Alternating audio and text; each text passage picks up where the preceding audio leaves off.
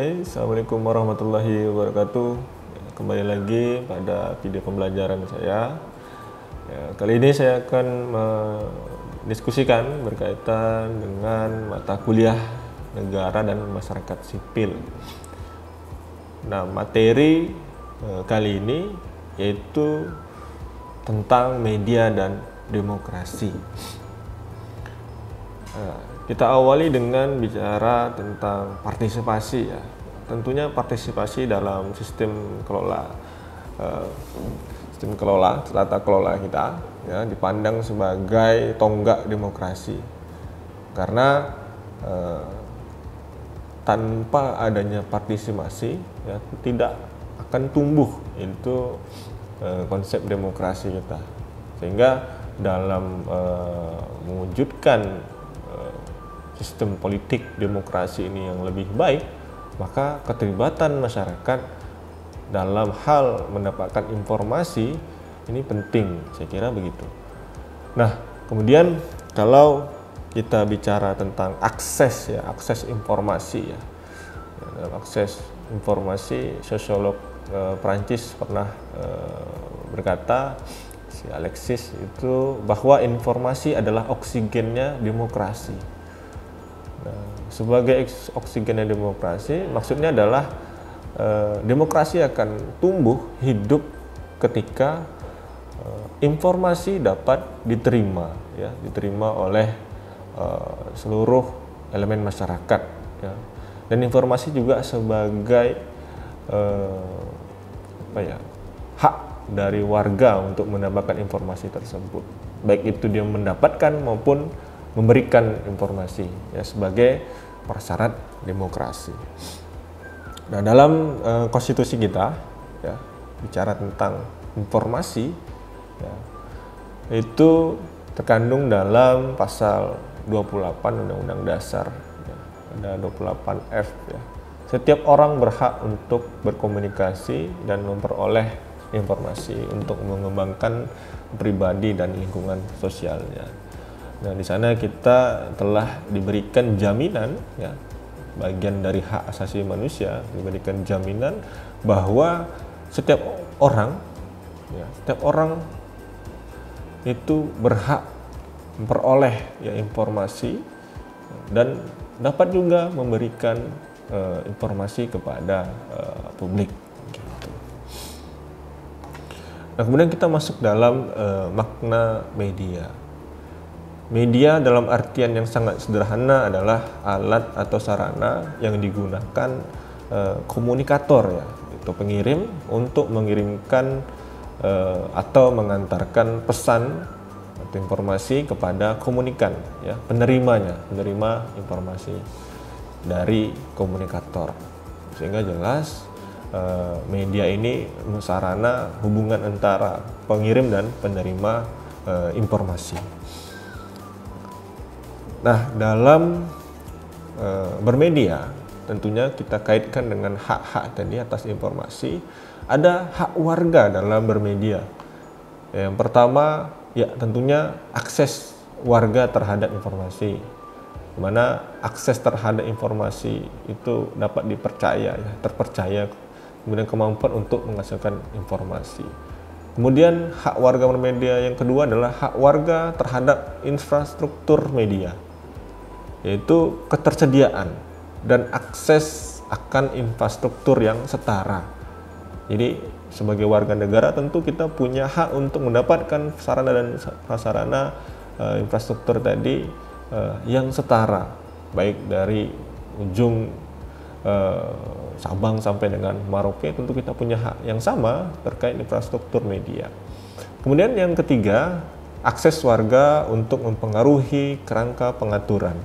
Nah, di sini dalam rangka kebijakan publik dan kerangka pengaturan secara umum ya harus dibuat di dalam konstitusi dengan konsultasi dengan warga. Ini keterlibatan partisipasi dalam masyarakat dalam membuat pengaturan, tentu perlu ada keterlibatan dari masyarakat supaya hasil dari kebijakan tersebut memang tidak memberatkan ataupun tidak meminggirkan ya dari warga negara itu sendiri, karena mereka yang punya hak untuk mendapatkan informasi dan bermedia. Jadi, nah kemudian kita bicara tentang pentingnya media. Ya. Media ini medium itu melindungi dan memberdayakan warga dalam memenuhi hak dengan mempertahankan karakter publiknya dan menyediakan ruang bagi keterlibatan masyarakat. Ya, melalui media, informasi, pandangan, gagasan, dan wacana saling dipertukarkan dan kemajuan masyarakat juga tercermin di dalamnya. Nah, dalam masyarakat yang modern, ya, media tertanam secara mendalam di dalam kehidupan sosial. Ya, tidak ada perkara sosial yang tidak melibatkan media. Semua informasi berkaitan dengan kehidupan di masyarakat tentu tidak luput dari media, begitu. Semua terliput oleh media. Melalui kanal-kanal media, apa yang terjadi dalam lingkup lokal dapat dengan cepat menjadi global, gitu. Yang lokal menjadi global. Begitu juga sebaliknya, apa yang biasanya diterapkan di tingkat global kini dapat diterapkan secara lokal. Ya, begitu juga dengan yang terjadi pada demokrasi. Media dipuji sebagai pemenang dalam penyebaran demokrasi ke seluruh penjuru dunia. Nah, tumbuh kembangnya demokrasi ini dipengaruhi oleh bagaimana kita semua dapat mengakses informasi dari media, sehingga keterlibatan kita dalam mempengaruhi penyelenggaraan pemerintahan juga dapat dengan mudahnya ya dengan bermedia. Media massa ya dalam negara demokrasi. Setiap negara mempunyai ciri khasnya masing-masing terkait sistem demokrasi ya, sistem politik demokrasi. Artinya demokrasi di setiap negara beraneka ragam sesuai dengan nilai-nilai luhur yang terkandung dalam negara tersebut. Negara sistem demokrasi terbagi menjadi 3 kekuasaan, baik ada legislatif, eksekutif, dan yudikatif. Ini teori yang sangat lama ya, yang memang sudah diperkenalkan oleh Montesquieu. Lalu yang dikenal dengan istilah trias politica, ya, kekuasaan berdasarkan fungsi dari masing-masing lembaga-lembaga negara demokrasi. Nah, media sebagai pilar keempat dalam demokrasi setelah legislatif, eksekutif, dan yudikatif. Ini merupakan hal yang terus dikumandangkan ya oleh penggiat-penggiat politik maupun pegiat media. Nah, dianggap media sebagai pilar keempat ya, yang mampu mempengaruhi kebijakan, bukan hanya legislatif, eksekutif, dan yudikatif saja, tapi hari ini media bahkan bisa besar pengaruhnya ketika semua orang bisa mendapatkan akses yang sama. Peran dari media dari perspektif demokrasi ini adalah untuk menjamin bahwa proses akuntabilitas publik dapat berjalan dengan lancar, dengan mengawasi aktivitas pemerintahan dan mengekspos penyalahgunaan yang terjadi pada kekuasaan. Kemampuan media untuk membentuk sebuah model baru partisipasi ini mendukung penyebaran demokrasi hingga ke sudut-sudut seluruh dunia bahkan. Begitu. Sehingga bijak dalam bermedia itu penting agar segala informasi ya dalam hidup berdemokrasi ini supaya tidak terjadi kesalahpahaman dalam penyelenggaraan pemerintahan. Nah, yang terjadi hari ini banyak contoh-contoh yang sudah kita dapatkan berkaitan dengan yang kita kenal dengan hoax ya. Banyak informasi yang tidak benar atau belum diyakini kebenarannya, tapi sudah terekspos begitu dan mempengaruhi segala aktivitas penyelenggaraan pemerintahan dan kehidupan sosial masyarakat. Nah, tujuan utama media yang telah teridentifikasi ya, ya yang sudah teridentifikasi itu media itu paling tidak ada 4 ya. Yang pertama, memberikan profit kepada para pemodal, baik pemilik maupun pemegang saham. Yang kemudian yang kedua, tujuan ideal yang bersifat kultural, sosial maupun politik. Yang ketiga, memaksimalkan dan memuaskan audiens. Nah ini, ketika bicara memaksimalkan dan memuaskan audiens, tentu dalam bermedia, ya dalam informasi yang diberikan oleh media ini menyesuaikan dengan keinginan audiens. Nah, ini kadang-kadang ketika memang berita ataupun informasi yang diberikan itu terus-menerus dikumandangkan, ini akan juga mempengaruhi audiens, gitu.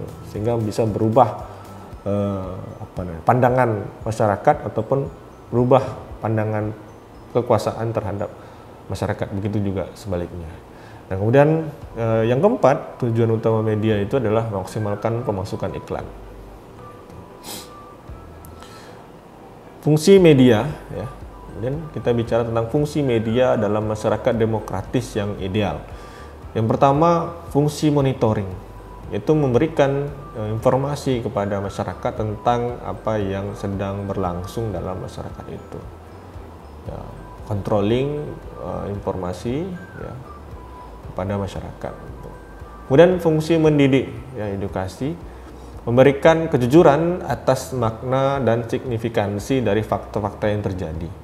Ya, jurnalis harus menjaga objektivitasnya karena nilai yang mereka miliki sebagai pendidik tadi, fungsi mendidik tadi, tergantung bagaimana mereka memilih isu wacana yang dipublikasikan. Nah, ini integritas dari jurnalis, ya, tentunya menjadi sesuatu yang penting dalam memberikan informasi kepada publik. Kemudian fungsi platform, memfasilitasi atau mengakomodir pembentukan opini publik dan mengembalikan opini publik itu kepada publik. Termasuk dalamnya memberikan tempat kepada berbagai pendapat yang saling berlawanan tanpa mengurangi nilai-nilai demokrasi. Kemudian yang keempat adalah fungsi watchdog, yang mempublikasikan institusi politik dan institusi pemerintahan, menciptakan keterbukaan, ya, transparansi pada institusi-institusi publik tersebut. Dan yang terakhir, fungsi advokasi, menjadi channel untuk advokasi politik, ya. Contohnya dalam partai-partai membutuhkan alat-alat untuk mengartikulasikan kebijakan dan program mereka kepada khalayak, ya. Dan karenanya media masih terbuka kepada semua partai dalam melaksanakan fungsi, ya, partai, ya.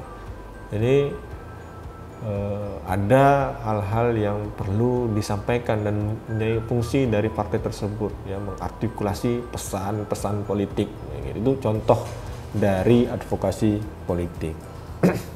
Sistem media yang demokratis pada dasarnya harus mewujudkan 3 karakteristik. Yang pertama, independensi, ya, di mana tidak ada campur tangan baik dari pemerintah maupun monopoli swasta termasuk kepentingan pasar.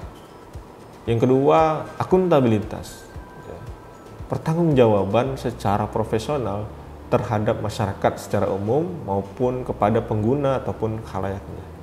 Dan yang ketiga, keberagaman.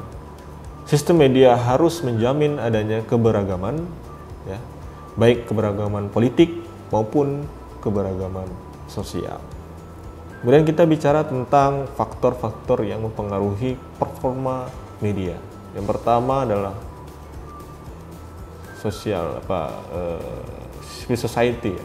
Civil society, kemudian ada institusi pemerintahan dan pasar tentunya. Ini saling mempengaruhi performa media. Jangan sampai dalam prakteknya dalam kehidupan bermasyarakat bernegara ada salah satu yang menonjol sehingga akan mempengaruhi satu sama lain, ya. Memproduksi informasi dari media, ya, dengan keberpihakan tentunya akan berdampak pada tubuh dan kembangnya demokrasi. Nah, tantangan ke depan bicara tentang media dan demokrasi ini, ya menurut Lippmann, ya, salah satu masalah yang paling mendasar dari media di dalam demokrasi adalah keakuratan berita dan perlindungan narasumber. Nah, ini balik lagi kepada integritas dari jurnalis, ya, untuk mengisi informasi yang ada dalam berita dan kemudian sumber-sumber informasi tersebut harus diberikan perlindungan. Media dan pemberitaan telah menjadi alat yang sangat kuat dalam menentukan opini publik, ya, melalui propaganda. Media selalu berada dalam resiko untuk dimanipulasi dan digunakan oleh kelompok-kelompok yang istimewa yang lebih berkuasa dibanding kelompok-kelompok lain dalam masyarakat. Yang mengendalikan media, ya ini juga tantangan besar, ya. Mengendalikan media telah menjadi semakin identik dengan mengontrol publik dalam hal wacana, kepentingan, dan bahkan selera. Jadi dengan mengontrol media, mengendalikan media tadi, itu bisa berdampak pada mengarahkan publik kemana yang ingin diarahkan keinginan dari pengendali dari media. Ini tantangan yang sangat sulit, ya, yang harus kita hadapi ke depan dalam media dalam negara yang demokrasi. Kemudian praktek konglomerasi media di Indonesia ini juga menentukan tipe dan kualitas dari pada ruang publik. Media dalam hal ini belum mencerminkan, ya, nilai demokrasi ataupun penetapan tujuan demokrasi akibat dari praktek konglomerasi media yang sempit, ya, yang sempit atau mempersempit ruang publik, ya. Jelas bahwa praktek seperti ini membahayakan hak warga negara atas informasi sebagaimana harapan dan tercapainya konsolidasi demokrasi. Dan praktek-praktek konglomerasi inilah yang sudah sering atau bahkan di tahun periode pemilihan presiden sebelumnya kita bisa melihat perang media begitu, ya, dari TV maupun di channel-channel lain. Artinya konglomerasi melibatkan diri dalam panggung politik, ya. Dan channel-channel itu sudah terbagi, terpola, ya. Kita sudah bisa melihat, wah, yang pro ini pada media mana dan pro ini media mana. Makanya kita sudah tahu begitu, sehingga ini menjadi tantangan yang berat dalam mendapatkan ataupun menerima informasi dari media. Saya kira itu saja, ya, berkaitan dengan media dalam demokrasi. Tentunya ini menjadi pembelajaran kita semua dalam hal, ya, mendapatkan informasi baik dari media, ya, dan kemudian dan kita sendiri sebagai sumber informasi tersebut untuk menyebarkan dalam media. Demikian saya akhiri konten video pembelajaran saya kali ini pada mata kuliah Negara dan Masyarakat Sipil. Terima kasih telah menyaksikan. Wassalamualaikum warahmatullahi wabarakatuh.